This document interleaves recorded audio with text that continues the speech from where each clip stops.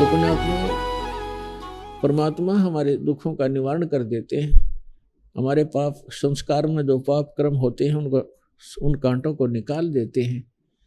और फिर आने वाले जीवन सफर में वो समर्थ परमात्मा आपके जीवन रूपी सफर को ऐसे बुहारता है, ऐसे सब झाड़ू देता है कि कहीं मेरी प्यारी आत्मा के जीवन में आने वाले भविष्य में इसके जो संस्कार रूपी कांटे बिखरे पड़े हैं उन सब को साफ करता चलेगा आगे आगे।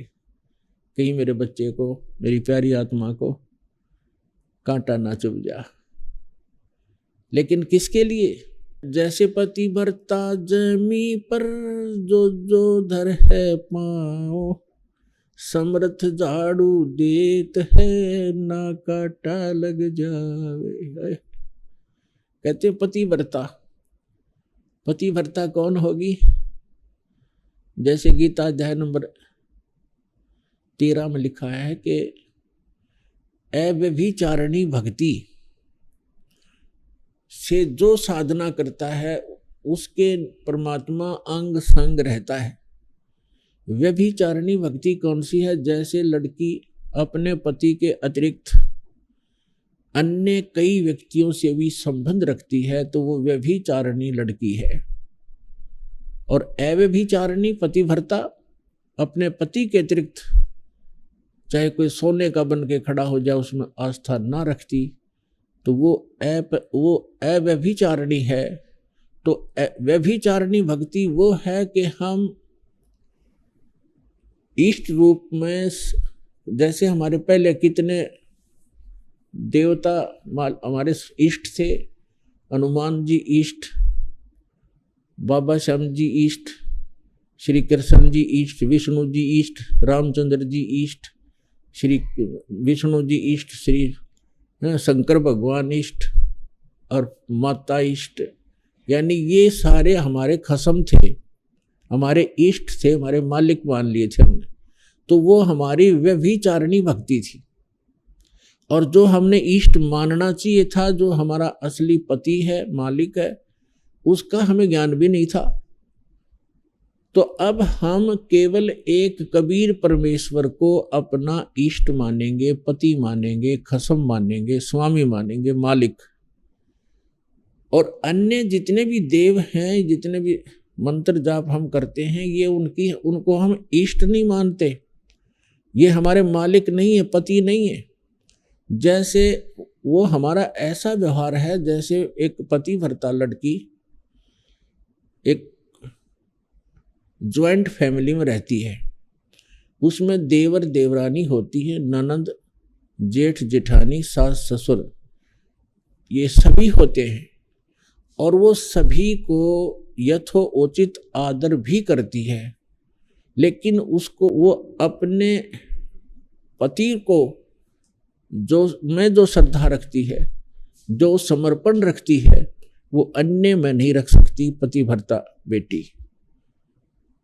और ये नहीं कि वो अन्य से बात ही नहीं करेगी, पतिव्रता का ये लक्षण नहीं है क्योंकि दूसरे बातें नहीं करे, एक अपने पति इतना छोड़ के। पति का जो संपर्क है, जो समर्पण है, वो केवल पति से संबंधित है। बाकी सबका, सबसे मृदु भाषा, प्यार से बोलना, सबको यथोचित आदर करना, रिश्तेदार आते हैं उनको भी प्यार से भोजन खिलावे, अच्छी तरह बातें करे, तो वो पतिव्रता लड़की होती है।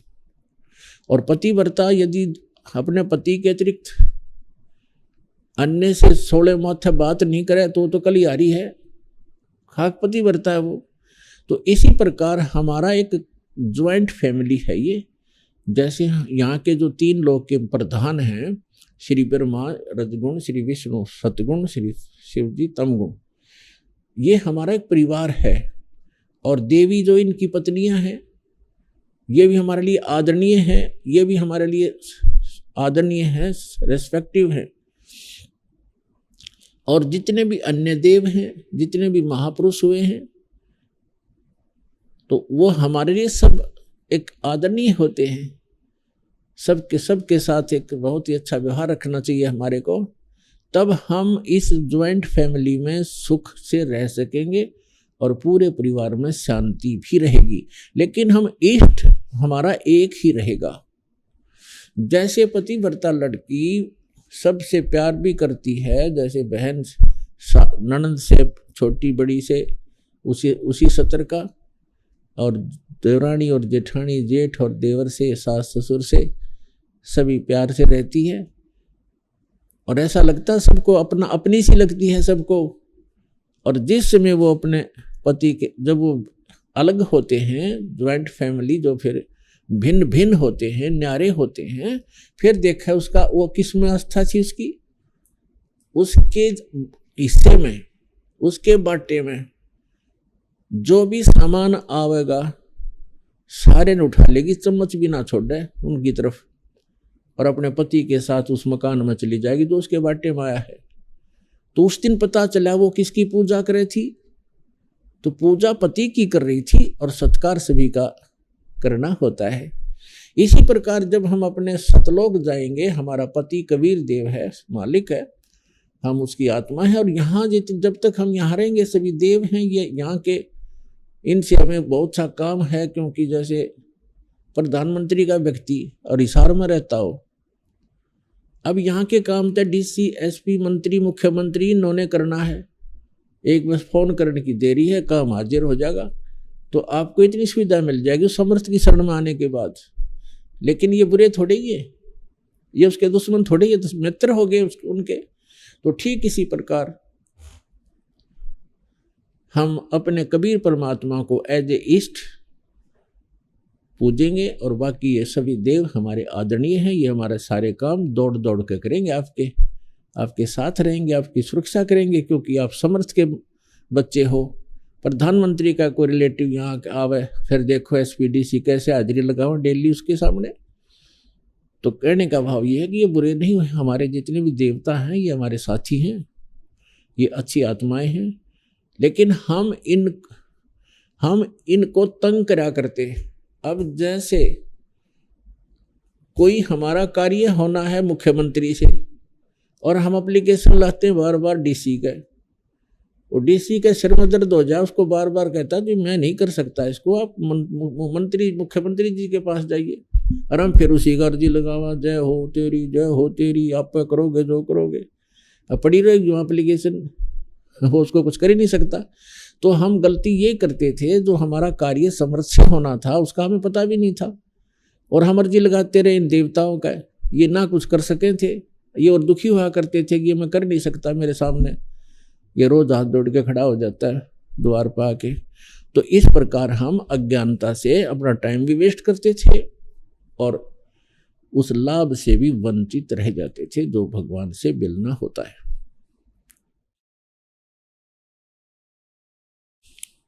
तो जब पतिव्रता पद पर हम आ जाएंगे, जैसे पतिव्रता पति से राती, आन पुरुष नहीं भावे, बस पी हर में सुरत प्रीतम में, ऐसे ध्यान लगावे। जैसे लड़की का विवाह हो जाता है, अपने पति के घर जाती है, फिर वापस अपने माता पिता के घर आ जाती है, तो वहाँ वो अपने परिवार में रहती है, लेकिन ऊपर से आव भाव बिल्कुल सबसे बात करती है, खाना खाती है, सारी सेवा करती है, झाड़ू बुहारा करती है, लेकिन अंदर से कसक उसकी अपने पति के अंदर सुरती हरदम बनी रहती है, उसके अतिरिक्त वो किसी में सुरती लगाती नहीं। तो यहाँ परमात्मा कहते हैं जो पतिव्रता पति से राती, राती माने उसके से लीन है, आन पुरुष नहीं भावे, अन्य व्यक्ति में उसकी रुचि बन ही नहीं सकती, एक गुण होता है पतिव्रता के अंदर। और बसे पी हर में, फिर भी सुरत प्रीतम में ऐसे ध्यान लगा है। तो ऐसे पद पर जब हम आ जाएंगे, हम यहाँ पीहर में रह रहे हैं और यहाँ सभी के साथ मिलजुल कर रहना होगा हमने, लेकिन हमारी जो अंतःकरण की जो स्थिति है, अंतःकरण के अंदर जो कशक है वो अपने कबीर पति के अंदर, उस समर्थ पति के अंदर अटूट बनी रहे।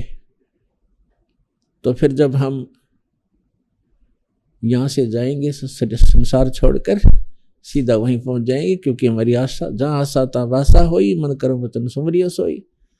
तो ऐसी स्थिति में आने के बाद जब हम परमात्मा कबीर जी के अतिरिक्त किसी से भी आध्यात्मिक लाभ की इच्छा नहीं करेंगे, अगर हम कोई अर्जी लगाएंगे तो अपने पिता को, अपने पति को ही लगाएंगे, वो चाहे किसी से कुछ करवाए, वो उसका काम होता है, किसी से भी करवाए, वो समर्थ है, तो तब हम सफल होंगे।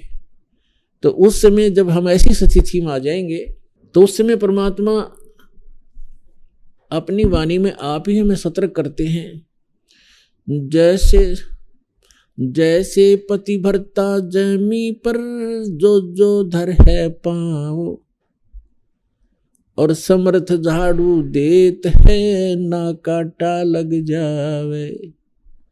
समर्थ झाड़ू देते चलते हैं कि कहीं मेरी प्यारी आत्मा के जीवन रूपी सफर में पाप रूपी कांटा ना लग जा, इसका दुख ना हो।